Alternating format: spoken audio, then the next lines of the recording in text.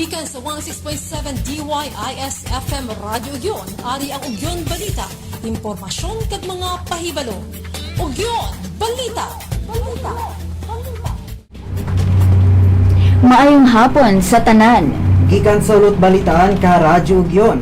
Yari ng Ugyon Balita, Nobyembre 22, 2023. 32 ka kabaranggayan sa Santa Barbara nakabaton ka libre nga binhi.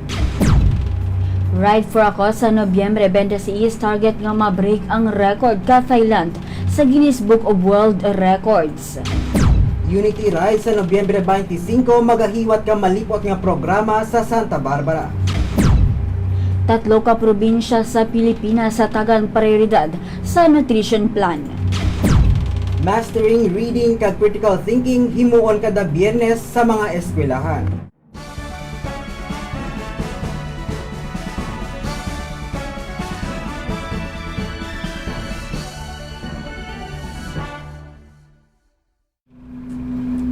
Nakabaton ka libre kag di kalidad nga certified inbred rice seeds ang mga mangunguma sa 32 ka kabaranggayan sa Santa Barbara. Ini ang barangay Balibagan Este, Balibagan Oeste, Inangayan, Calaboa Este, Bulong Este, Calaboa Oeste, Cabugao Sur, Kamambugan, Talanghawan, Bagong Bayan, Agusipan, Banag, Bantay, Barasan Oeste, Buyahon, Dalid, Pungsod, Miraga, Guno, Lanag, Tungay, Sangkate, Nasuban, Lakadon, Tugas, Kunaynay, Kanipayan, Buyo, Tagsing, Daga, Cafe, kag Binangkilan. Ang libre nga binhi ang nagaling sa DA, Philippine Rice Research Institute o Confil Rice, kag Competitiveness Enhancement Fund ukon RSELF. Kag ini ang napartiniser para sa mga manguma nga rehistrado sa Register System for Basic Sectors in Agriculture ukon RSBSA. Ang mga manguma nga may 1 ka hektarya nga talamnan ang makabaton ka 40 kilos ukon 2 ka sako nga binhi. 32 ka kabaranggayan sa Santa Barbara nakabaton ka libre nga binhi.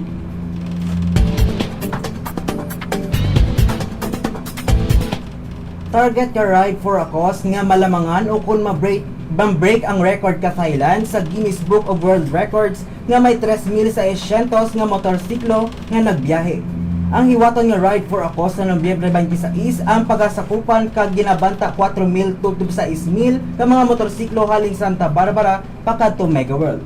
Kag suno kay traffic head Nestor Parian, posible nga himuon nga parking areas para sa mga magapasakop ang likod ka covered gym, one side ka Bermejo Street, atubang ka flagpole hasta Simbahan, Rizal Street, Burgos Street, Sudusta Street, Hinco Street, kag one side ka Roosevelt Street, tugtub Bangga Dama. Ride for a cause sa Nobyembre 26, target nga ma-break ang record ka Thailand sa Guinness Book of World Records.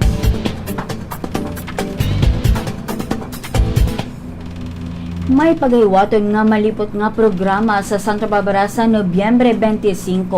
Angon sa kauna-unahan nga Unity Ride ka Regional Commander ka Highway Patrol Group kuno HPG nga si Colonel Bernard Marzal. Alas 6 sa agang assembly time kag ginalaong nga magahatag man ka mensahe si Mayor Doc Dennis superficial sa nasambit nga programa. Ang ruta ang magasugod sa Santa Barbara pakadto sa San Rafael kag magabalik liwat sa Santa Barbara. Kag ini ang pagasakupan ka mga katapo ka HPG kag private sector gikan sa Kalibo, Capiz, Antique kag Guimaras. Unity Ride sa Nobyembre 25 magahiwat ka malipot nga programa sa Santa Barbara.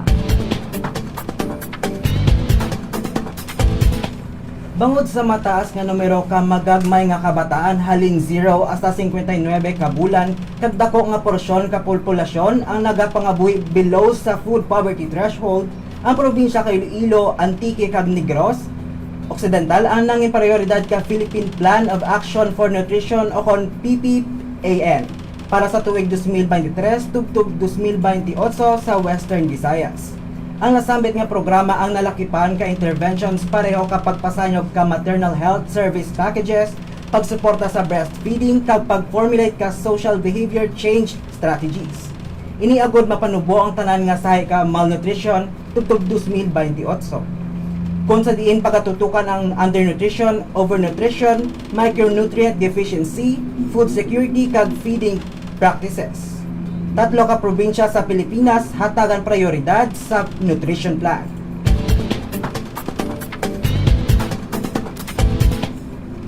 Sugod sa masunod nga tuig kada Biyernes sa tanan nga pampubliko nga eskwelahan ang himuon nga adlaw ka master sa pagbasa kag critical thinking.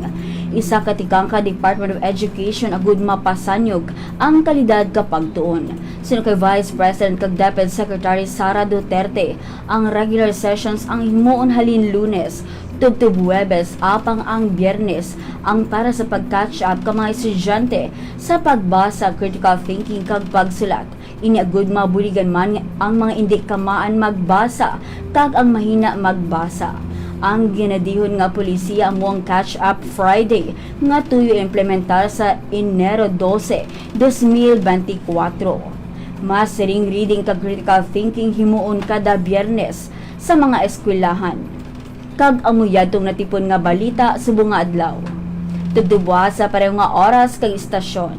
Sa DYIS FM 106.7, ini si Eliza Cordero. Kag ako si JJ Bordon. Mayong hapon. Ininabatian ang mga natipon nga balita, impormasyon kag mga pahibalo. Nagikan sa Ugyon News Center.